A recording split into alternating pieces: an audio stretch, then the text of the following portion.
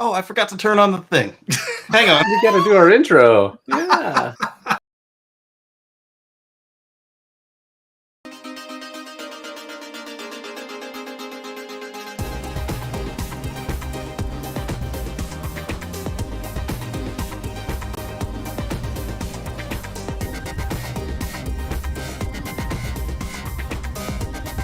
You're watching the Tesla Life, live with your host, Mark Kovlan.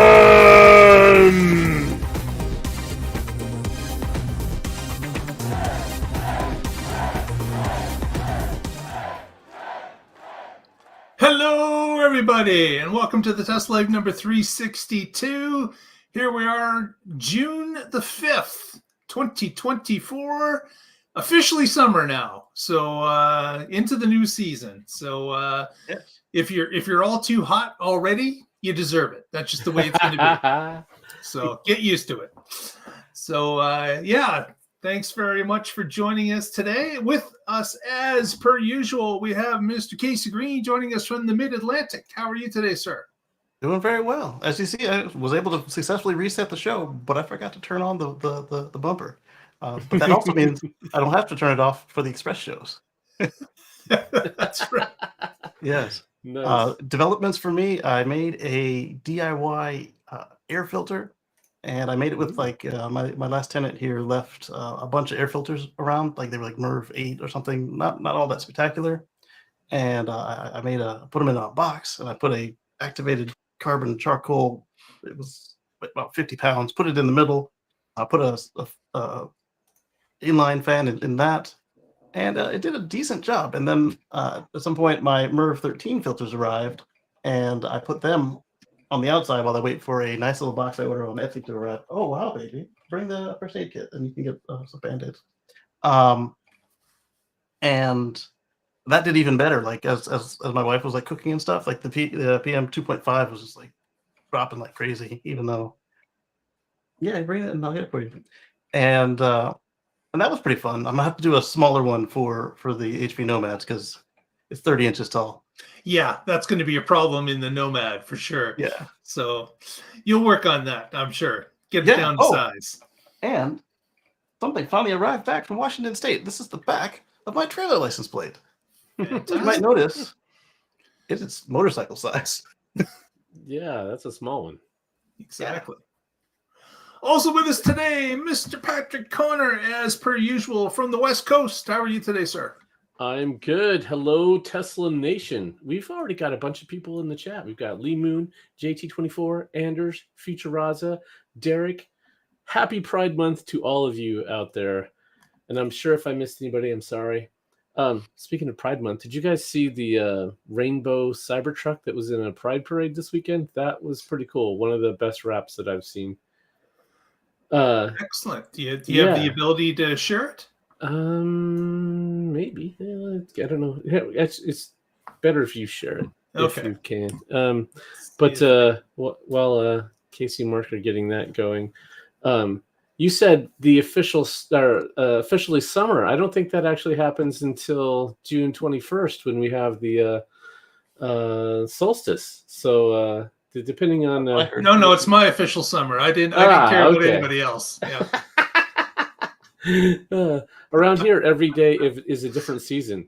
It was cold and rainy yesterday, and it's going to be 90 Fred, 32 Charlie on Friday. So it's all over the place.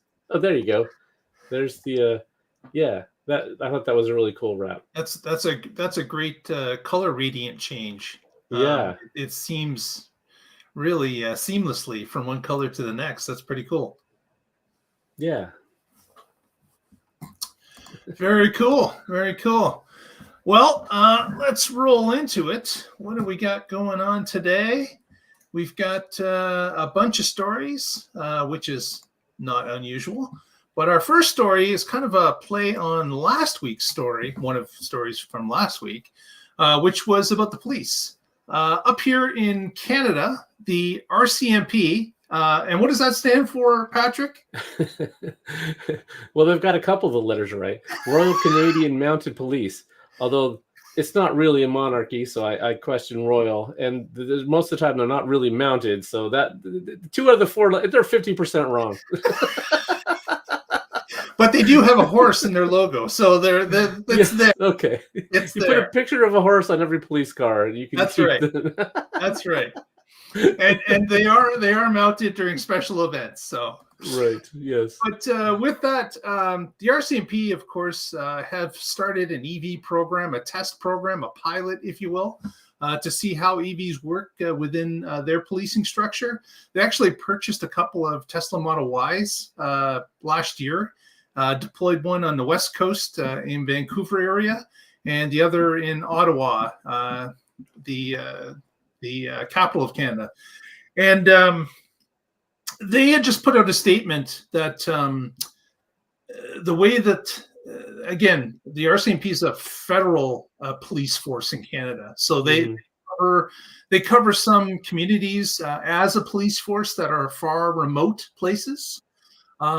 Northern Ontario, Saskatchewan, Alberta, British Columbia, all across the country. And some of these communities are small and they're far apart.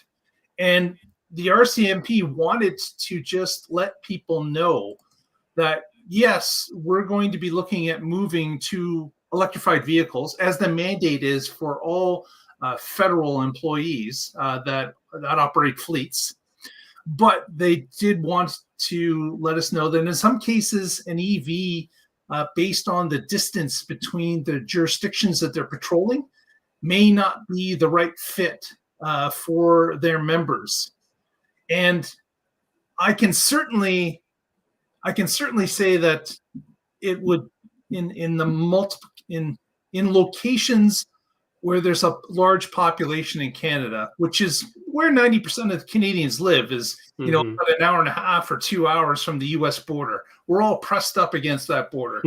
And what we've got is in those areas, the infrastructure is there. The charging is there. The fast charging is there. The level 2s are there. It's ready and available. But once you get above that line and you push into northern Canada, some of the jurisdiction that the RCMP take care of, they may be 600 kilometers apart from different cities or communities. And in some cases, the infrastructure does not exist to fast charge patrol cars if they were to use them in that fashion. So this is not a surprise to anyone that owns an EV. We know that the vast majority of us are covered because we're basically urbanites. We live in urban areas. We travel between urban centers. There is enough infrastructure along those roads and byways that allow us to do those charging and keep going. But when it comes to remote communities, the infrastructure is not quite there. I would say that in some locations in the United States, that would also be true in very rural locations. But in Canada, to a great effect as you head north, that is something that is not a surprise. It's going to take time for the electrification of everything to reach northern Canada. And even partway up into the provinces, halfway up, it's going to take some time. If you ever go onto a map of EV charging and you look, again, most of that charging infrastructure is close to the US border. If you get above it in a great distance, there's going to be difficulty. So again, I want to say that the people that want everything to be EV immediately, that's not necessarily the right way to think about this. An EV certainly can cover many things that a gas vehicle can do, but in some cases, infrastructure for recharging may not be available and may put an RCMP service member, a police officer, at risk because they're unable to charge reliably, or it may put someone in risk that the officer's responding to. So it is something that over time will change. And of course, depending on what the vehicle's being used for, the application is what police forces will have to do and have to make decisions on as to what that vehicle is going to be used for and what area of the country it's in and what kind of infrastructure is available to it. So just wanted to let let people know that EVs may not completely switch out all police vehicles. It may take some time. It may be something that is a longer term switch when it comes to rural or far north communities. So I just wanted to this was the opposite opinion from last week when we talked about Bargersville and how that Indiana community, again, up close to Indianapolis, they had the ability to switch almost all their vehicles to electric vehicles, and the savings was there right away, and the charging infrastructure is there, and it's been highly successful. But there are some communities where this may not work as effectively as it did there. I'll say to them the same thing I said to the latest iteration of the Australian farmer. And by that, I mean the farmer who needs to go 1,000 miles every day over the river and through the woods to the nearest town that has electricity or gas. This may not work for you in your one case, but go ahead and get the rest of your officers done, maybe install a supercharger or two, and then we can get the rest of them on the way back. Perhaps maybe with one of them Hummer-sized packs in a Model Y, so that you can go 500 miles in a shift. Yeah, so the thing about this story that I'm concerned with is that you can always find a use case where it's not the best, and then use that to say, oh, let's scrap the whole project. Because it doesn't do this one thing. Yeah, exactly. It can't do this one thing, so it can't do anything. And that's ridiculous. Like you said, Mark, 90% of the situations, it's a great fit. Okay, so let's get 90% of the fleet turned over and then worry about the last 10%. And if that has to stay make gas, some of the EcoBoost hybrids for the guys who actually need to go into the real woods, because they're going to need the 4x4 anyway. Right. Yeah. So there's plug it in. It doesn't have to be 100% electric tomorrow. Let's just get to 90% as fast as we can, and that's where the focus needs to be. And then as the technology improves, as the infrastructure improves, you can whittle away the last 10%. But I'm just concerned that because it's not a perfect fit for everything, there's going to be resistance at every turn to say, oh, why are we doing this? It's crazy. People are going to die because of this. They're not going to be able to get to where they need. They're going to get a 911 call. It is 911 in Canada, right? Yeah. And then they're going to say, well, we could be there in 40 minutes after we charge up, and that EVs you sometimes use cobalt, and sometimes cobalt is mined by slaves. So we can't do it at all, despite the fact that all fossil fuels are desulfurized by cobalt. Yes. The cobalt's used for sulfur removal from fossil fuels. Yeah, it's a ridiculous. Anyway, I just. I think. Of course, there's a government mandate. There's a government mandate that's forcing federal agencies to switch over to EVs. And the RCMP is just saying, listen, we've got some use cases that it doesn't work in at this time. So yes, it does work for many of the different detachments that are in urbanized areas, and that it can operate. It's just that in some cases, especially in the far north, we've got issues with it, and those issues have to be overcome, and it can't be overcome immediately by just purchasing an EV. There has to be some planning and some infrastructure that has to go in place. But and again, I don't think that's any different. I don't think that's any different from somebody buying an EV, even in an urbanized center. That for their job, they require a heavy-duty truck that can tow all the time. Tow 16,000 pounds. The vast majority of people that own a pickup will never tow anything worth any type of worrying about it. But there are cases where it doesn't make sense. Yes, you have to buy the right vehicle for the job. And if you're, buy a sports car and you want to move furniture, that was not a good choice. So then the same thing applies. If you buy a truck and you go to the track, no, that's not a good choice. You're not going to win. So, you have to buy the right vehicle for the right use case. Makes sense. It's the same thing if the feds told them that, all the Mounties need to drive Mustangs of some variety. It needs to have a pony on the side. Well, to be mounted. They'd be mounted, but the same people who right now can't run an EV also probably can't run a pony car because it won't be able to handle the terrain. An exception. Right. Yes. Yeah. Be smart. Yep. Move to EVs, but do it smartly. Let's move across the entire world and go over to China, where there's more information that has come out this week that Tesla looks that this is going to be possibly the first FSD ready location in the world. Tesla is now preparing to register FSD in China, which is going to give them the ability to operate there. Also, the China subsidiary Baidu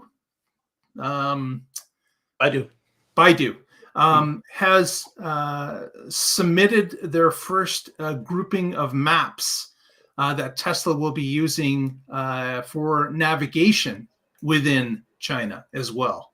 So just a couple of tidbits that looks like it's moving on the front, that they're heading towards possibly. Maybe on August 8th, there will be some sort of announcement that that's going to be the first area, possibly.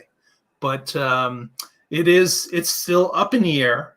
We've still, these are just little breadcrumbs we're finding as we go along. So it is interesting. We'll have to see if that is going to be the case. Oh, Brian from Future Oz is in the chat room, and he's letting us know that FSD Supervised is out in Australia, he believes. So that is pretty cool.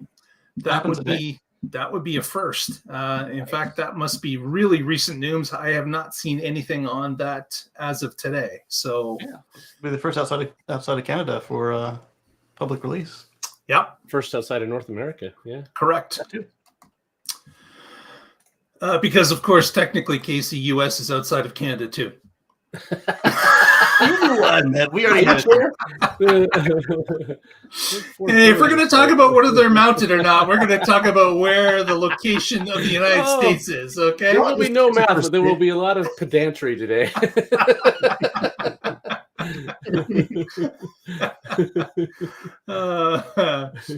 Next, we're going to share a little video that was put up just over the weekend, which was kind of cool.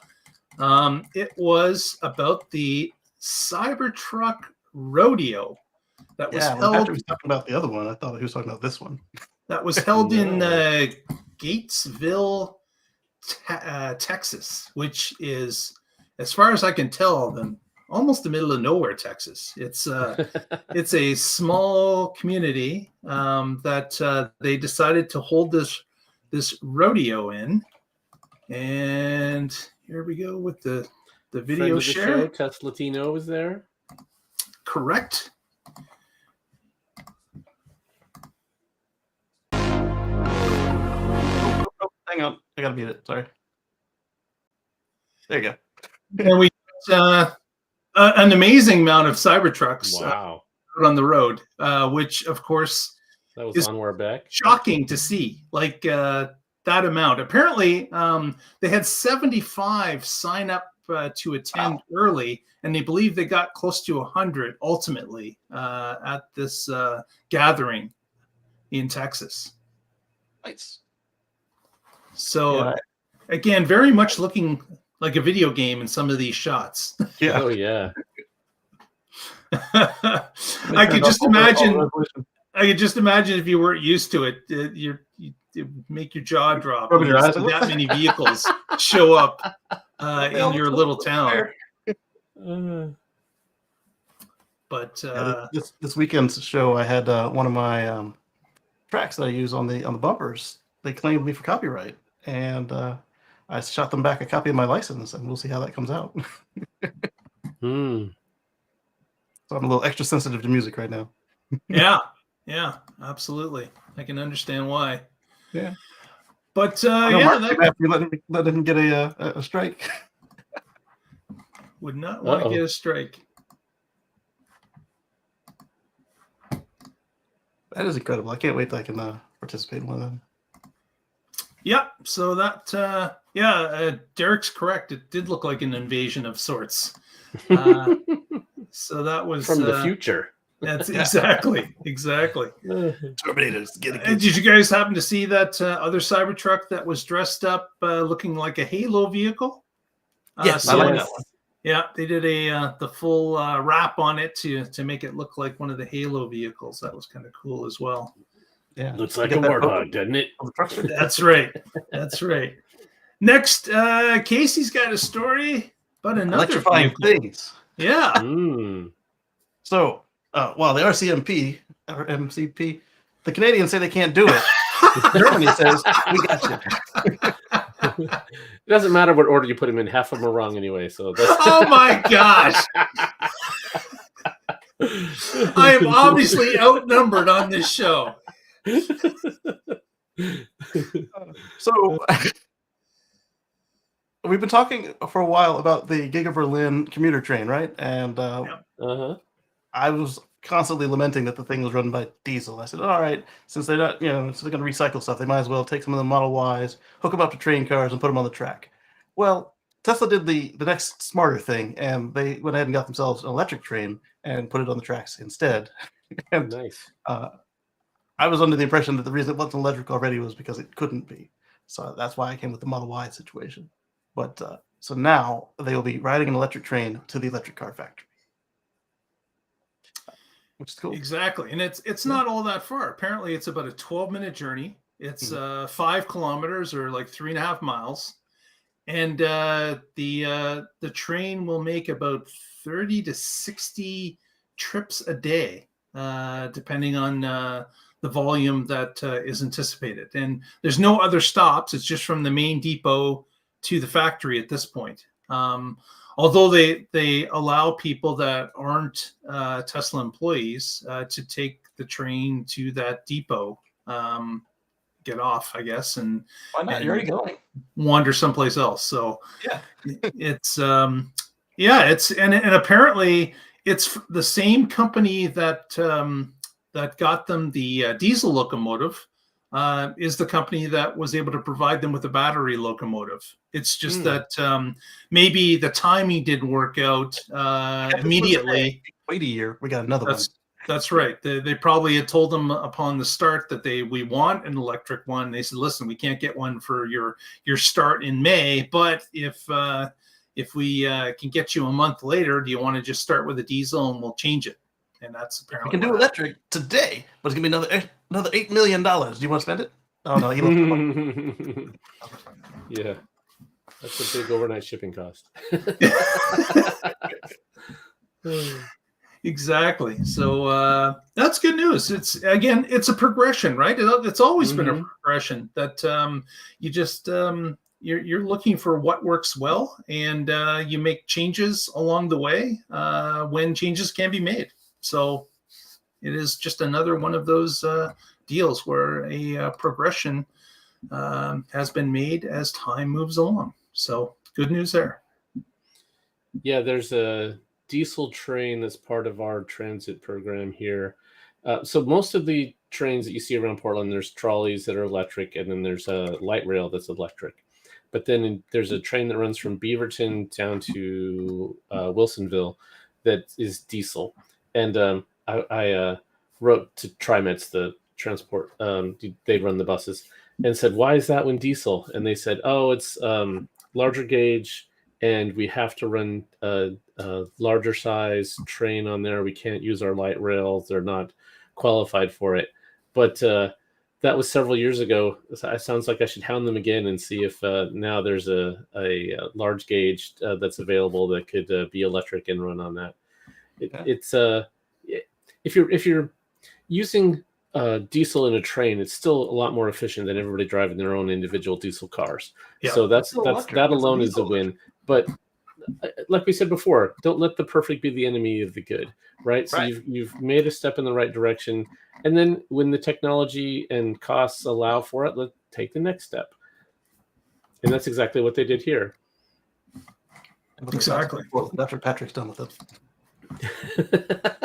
Yeah, remember, I'm the one that hounded them so much that the first electric bus they had just driving around my house so that I would see it all the time.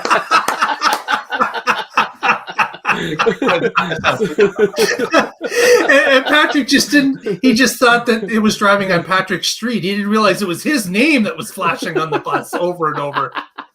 Right. They're like, oh wow, all their buses are electric now. Yeah, No, they just make sure that driving that's on all I Patrick see. Street and Patrick Boulevard, and look at that. Yeah, they got your number pegged. They know who's calling in when they call in. Yeah. Oh my gosh. Next, talk a little bit about what is this? This is Giga Nevada. Has hit a milestone of drive units. The original Giga. That's right. They hit a volume mark of 5 million drive units produced. And that's something that, to be frank, you kind of forget about, that they're actually making drive units. Of course, Giga Nevada is synonymous with battery packs. Right. But in this case, they're making drive units for the cars. And those get shipped with battery packs to Fremont for assembly. So this is something that you may have overlooked or forgotten about, but this is something that they've been doing all along. Yeah, Tesla reminded us that they ship shipments regularly from Giga Nevada to Giga Fremont, and they had a convoy of Tesla semis in the video. Mm-hmm. So they made the motors for the semi in there. They made the motors for all the non-legacy cars in there, and they load them up with drive units and batteries, and they can do it on one charge of the short-range truck, or I'm sure they probably call it the standard range truck, because it's less than 300 miles. They don't need to stop to charge in the middle. I'm sure Brian has reverse engineered how many single motor and dual motor vehicles there are, and exactly how many this means that Tesla's made up to that exact moment when they posted that. Yeah. Go ahead, Brian. You can comment. Let us know. I'm sure you've got that number just ready to go. But yeah, that's a great milestone. 5 million drive units, and of course, that doesn't equate to 5 million vehicles because, of course, some vehicles would have 2 drive units, front and rear-wheel drive, all-wheel drive vehicles. Yeah, and in some like the Model S, you've got in the X Plaid, you've got 3 or 4. Yeah, I'm sorry, 3. Yeah. And yeah, you're right. Besides Fremont getting drive trains, they'd be shipped over to where the semi is being made as well, because they're using Model 3 ones as well. So can't do it on a single charge though. Exactly. They got to make a charge on the way. Yeah. So that's great news. Again, another milestone hit. And of course, these numbers just are growing. It's amazing to think 5 million units are in Tesla vehicles across North America now and beyond.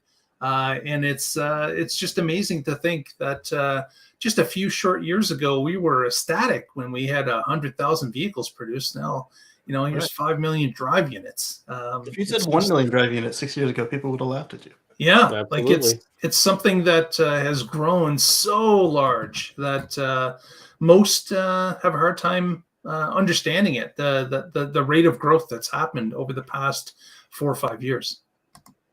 Mm-hmm. Here's something interesting. Sandy Monroe, our favorite teardown artist, who enjoys ripping apart brand new Tesla vehicles and seeing what's inside of them. He, of course, got himself an early version of the Cybertruck, and he's been putting out a number of videos that we've commented before on about his progress, looking at the battery, looking at the steering, all the different aspects that are different of the Cybertruck. And one of his engineers happened to spot this recently as the teardown is continuing. And right on a circuit board, he got probably the shock of his life that some engineer decided to write into the circuit board to say hello to Sandy because he probably knew that this part would be under examination. And sure enough, Monroe and Associates found it, and reported it back to the internet, letting them know that Sandy's Easter egg had been found. Yes, and the constellation just to the upper right of that is the constellation Taurus. Right up here. Yeah, because Sandy worked on the Taurus engine. No, that's why. That is quite the Easter egg. That's amazing that they would go through that trouble to just say hello to Sandy, that they knew he would be tearing apart a vehicle at some point. But that is great. That is great. Yeah. Next, Patrick's got a story for us, and it's about some on-track work or not. Oh, yes. Okay, so we have talked about how Nax has won the day. Is that the one? Yep. Okay, good. And there has been horrible rumors that now that Tesla's laid off their entire supercharger team, that means that all the conversions to Nax are going to be delayed. Well, okay, neither of these are true. So GM Supercharger Access Plan is still on schedule, despite the turmoil at Tesla. So, and this makes sense because at this point, what they're going, they've already got stations deployed that these vehicles can use. They've already decided which ones that are going to be capable of it. They've got the V4 that have the what is the name of the Magic Dock on there, and so there's not a whole lot of left that Tesla actually needs to do to support this, and so it is now this article is putting all those horrible rumors to rest, and it is still happening. That's the gist of it. Yeah, I do take objection to it being called on track. They were supposed to be done in spring, and as we discussed at the beginning of the spring is almost done. That's but true. it is still going to happen. Yes. After all, it's Mark Summer already, so It's Mark Summer, and we are talking Summer. about Elon who can't eat a timepiece to save his life. So Yeah, I think spring 2024 is accurate, she said. yeah. And the other thing is that there's this been back and forth about, as Patrick has mentioned, is the layoff of the supercharging team. But Patrick's right. There's not a lot to be done here. The charging adapter has already been made. In fact, it's been deployed to Rivian, and it is working in the wild now. I guess the only thing that GM or other automakers have to worry about is the software connection between the car's, VIN number and who it's registered to for billing, and how when you plug in that the software reads it properly, sends it through the system, and the proper billing can be attached to it. That's the only thing that they probably have to worry about as they bring on new manufacturers, because as mentioned, the sites are already selected. It's already the 15,000 out there that Rivian's using. That it's not going to change. So those V3 units have already been identified. at Ford. And Ford. Right. Yes, Ford was first. Yes, and you're right, Mark. There are certainly some infrastructure back-end software considerations, and as we know, Tesla has a software team that is world class and can crank out these changes as they're needed. I would also say that there'd have to be some sort of collaboration between GM and that software team in order to make it proper. I'm sure that GM has different systems in place, little nuances they do differently, and of course Tesla's probably provided them with a template that they have to follow. So there's probably some collaboration and some trial and error that will happen in the very beginning. But once they get that locked down, it should be pretty well rudimentary. But Ford's been what 3 days, and then it was public. So I mean, if you get your stuff together, it sounds like it can happen. But this also then brings up another point. Then that are there enough adapters? That would be something that hold you back. The billing you mentioned could hold you back. Getting the software into the cars, that could hold you back. And then the ones you won't see, if you're not actually compatible yet. Like if you're missing a step to make your software do the handshake, that would stop the whole fleet, not just hey, we don't really have 1,000 adapters for 50,000 people, something like that. Right. Yeah.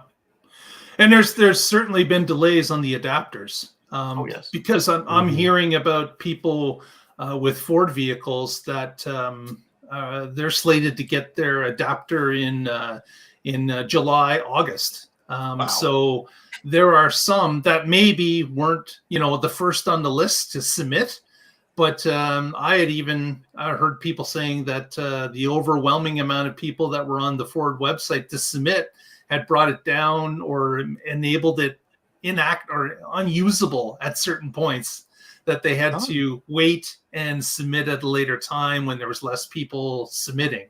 So all that kind of stuff is happening. And of course, the people that were later in submitting, they're the ones that are waiting for an adapter in July and August. So that's and of course, from what we've seen with both the Rivian and the Ford deployment of the adapters are the same.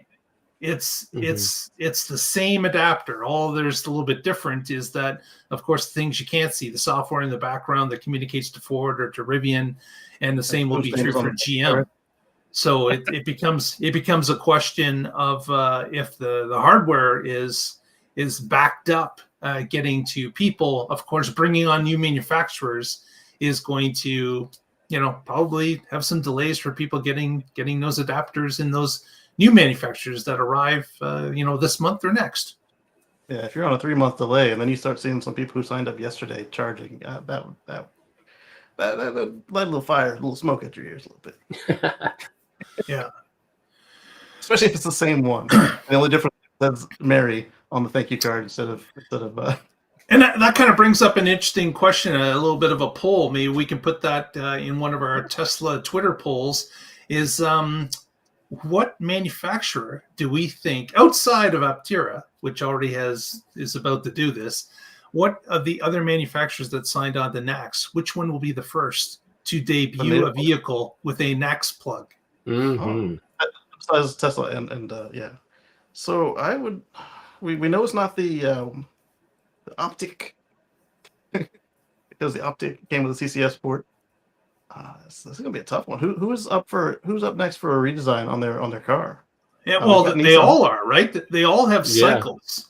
So, right. But who? And they've also and a number of them have said 2025. Right. Almost all of them said 2025, which we took to be 2025 model year, and it still could be that. But the Optic is a 2025 model year and does not include it. Although who makes that one? Cadillac. Okay, so that's GM. Yeah. But that one was so far into the cycle to get produced that it may have been too late to swap out all their chargers. Yeah, as far as I know, it's still CCS. It's definitely a CCS. It's one that never made it. So there are vehicles that are going to be submitting. But they were all in the same room. Synchronized. It'll be interesting to see who actually gets the first one out. So yeah, I'm going to agree with Derek, and my guess would also be Ford, just because they've been Ford or Nissan. They've been Tesla's partner in this from the beginning. Well, they were the first partner. Yeah, exactly. They were the ones that once there's the warehouse windows. If no one throws a rock and breaks the first one, then they stay pristine. But once one goes, then everybody starts throwing rocks. So Ford threw that first rock, and so the rest of the industry followed, because once Ford moved, they had no way. You can't have one of the legacies using this new cool network and nobody else using it. They all had to go to stay competitive. It was their only choice. So I think they're going to continue to support Ford first. Yeah, I can see them doing Ford first, but then also when you look at what's up next is the Leaf. They ended it 2 years ago effectively, and then they officially ended it this year. And that one could come up with a NACS board, not the Aria, because that one was already out. Mm-hmm. They'd have a pause on that. So I guess not even just next on a whole redesign, but also who's next on their factory shutdown for retooling. Because if they can just get in there, then that next factory probably still could be Ford. they might be the first one with the NACS board on there. Yeah, Yep. they all kind of come out with their 2025 model years in the same, like in the fall of this year. So I think we'll see a lot of them coming out around the same time. Right. It And would then be they interesting, get as that Casey said, is it a 2025 submission into it, which would make it a 2026 vehicle? Or is this really where they aiming the 2025, which would be, of course, halfway through this year into the fall, where some of these new models would start to come to light? And it'll be interesting to see. I'm not sure. I'm not sure if they would have it.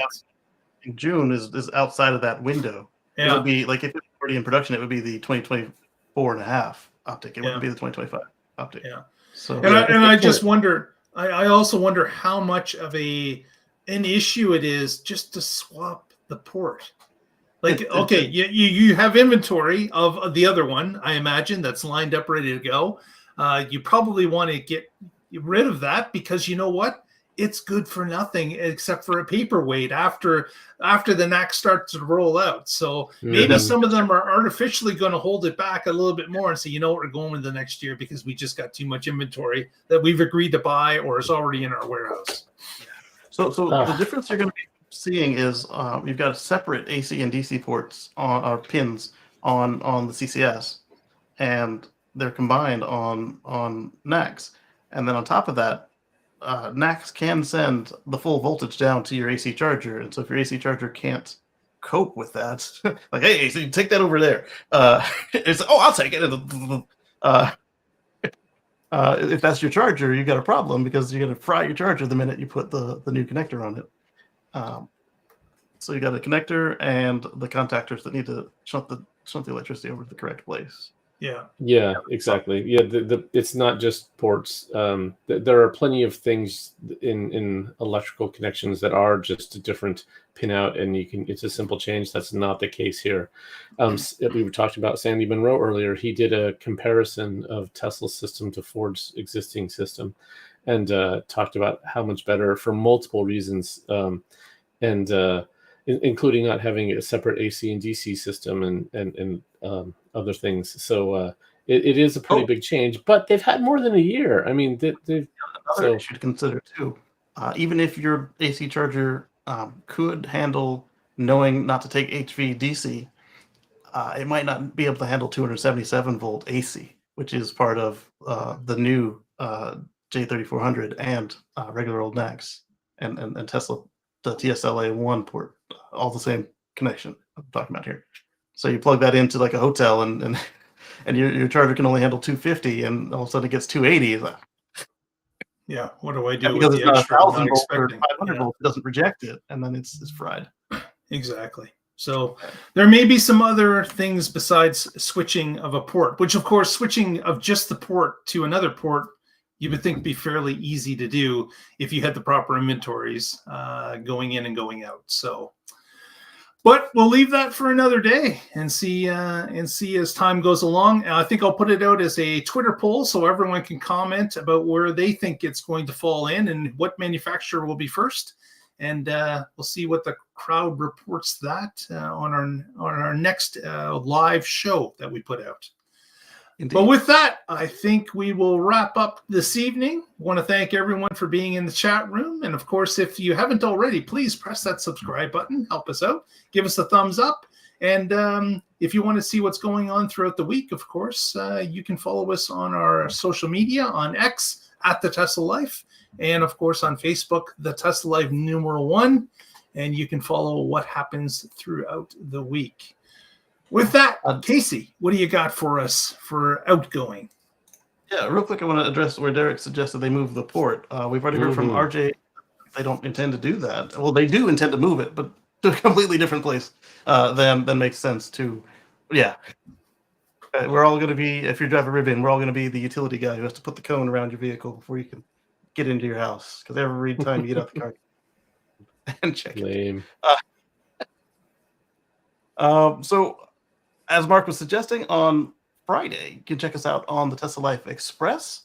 And then on Sunday, you can catch me over at youtube.com/CaseyGreen, where we are going to talk about similar topics, greening all the things, electrify everything, and the HV Nomads project, my cargo trailer to EV RV project. I didn't write anything about this because I just came up with the plan on how to do it today.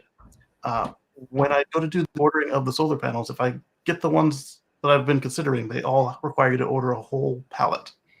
And since we had already purchased everything we need to make the ramp door into a patio, how about when we have the expanding wing solar, how about we extend the back to be a solar awning? Nice. That might be. And then we'll either have a couple spare panels in case something happens, or we'll have a lot less extra panels to get rid of on the secondary new market. Like, hey, these are it's just a half a box, but it's new. And I think How many panels are in a pallet? depends on the manufacturer. Okay. Yeah, because this last one I was looking at was exceptionally lightweight, so they were able to get less in there, which was nice. Or they had more in there because they didn't cost as much shipping. Whichever, it was different than the rest. Very good. All right, so we will watch for that update, Casey, certainly. Patrick, any shout-outs from you this evening? Yes, I'm going to do a different one. I'm wearing orange, and this weekend you should wear orange too. And if you don't know why, you can go to wearorange.org and find out. And I'll leave it up to that. It's a homework for the viewer. And as always, I'm with the Oregon Electric Vehicle Association. You can find us at oeva.org, and I blog occasionally at carswithcords.net. And I blog about my future free from fossil fuels, which is also in his X handle as well. That's Got them right. both. All right. Well, thanks everyone again for joining. Appreciate all you in the chat room. Brian, Lee, Derek. Who else did we have in there? Lisa. And I think that's JT also joining us. Anders as well. Thank you all. We'll see you next time. Yeah. Thank you, Lee Moon, for the music. Stay positive. Test negative.